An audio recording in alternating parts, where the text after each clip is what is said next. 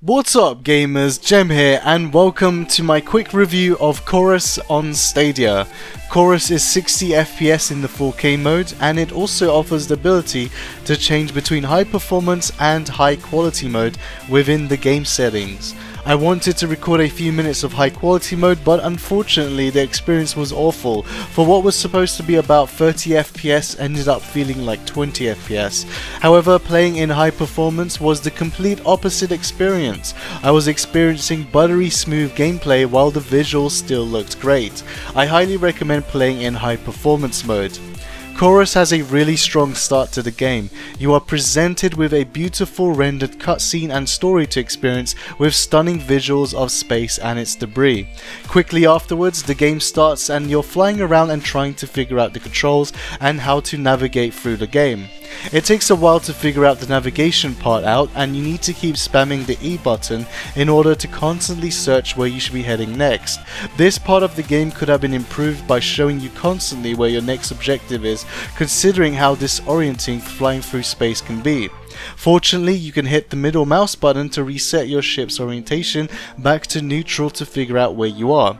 Throughout my entire gameplay, I've been constantly spamming E and middle button just to navigate through the space.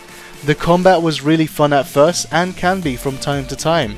However, combat gets really annoying and frustrating really quick, especially when your enemies are constantly chasing you from behind. I have no way of looking back or shooting backwards. If I slow down to give myself a quick turn, I just end up either dying or taking heavy damage. You have to keep moving and move fast to take the least amount of damage. The issue is that the faster you are, the less you turn, and the more time the enemies are behind you and you can't do anything about it.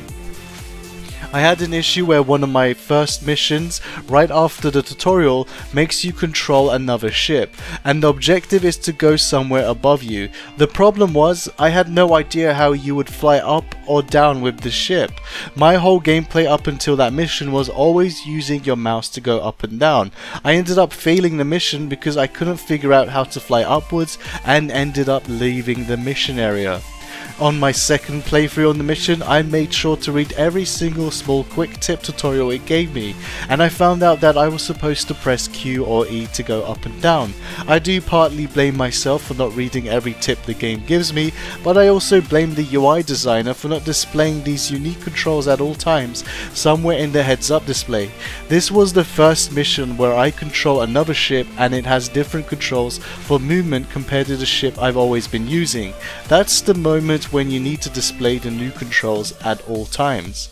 When playing Chorus, you constantly experience the beauty of space and its environment. You can even interact with the debris by physically touching them or shooting them.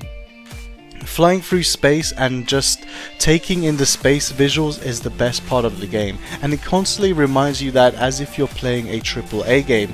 But then there are moments in its gameplay that makes you think that the game is unfinished and the developers ran out of their budget.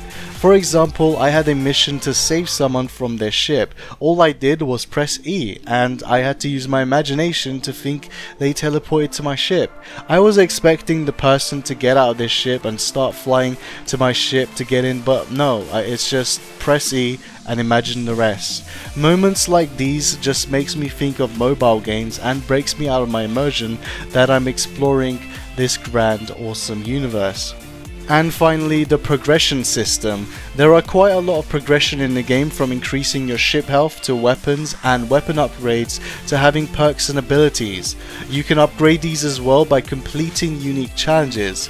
For example, to upgrade one of my weapons, I had to simply just defeat enemies and it will auto upgrade itself after I've done the challenge.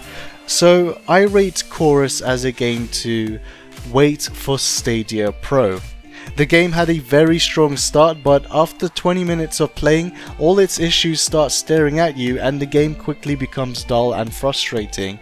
I can see myself coming back to Chorus in the future if it ever becomes a Stadia Pro game.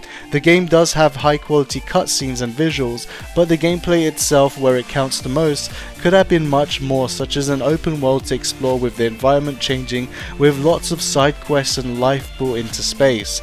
Despite what my review seems, I do appreciate the game, and it is a fresh of breath air for a different type of game based on all the recent games we've been getting over the years.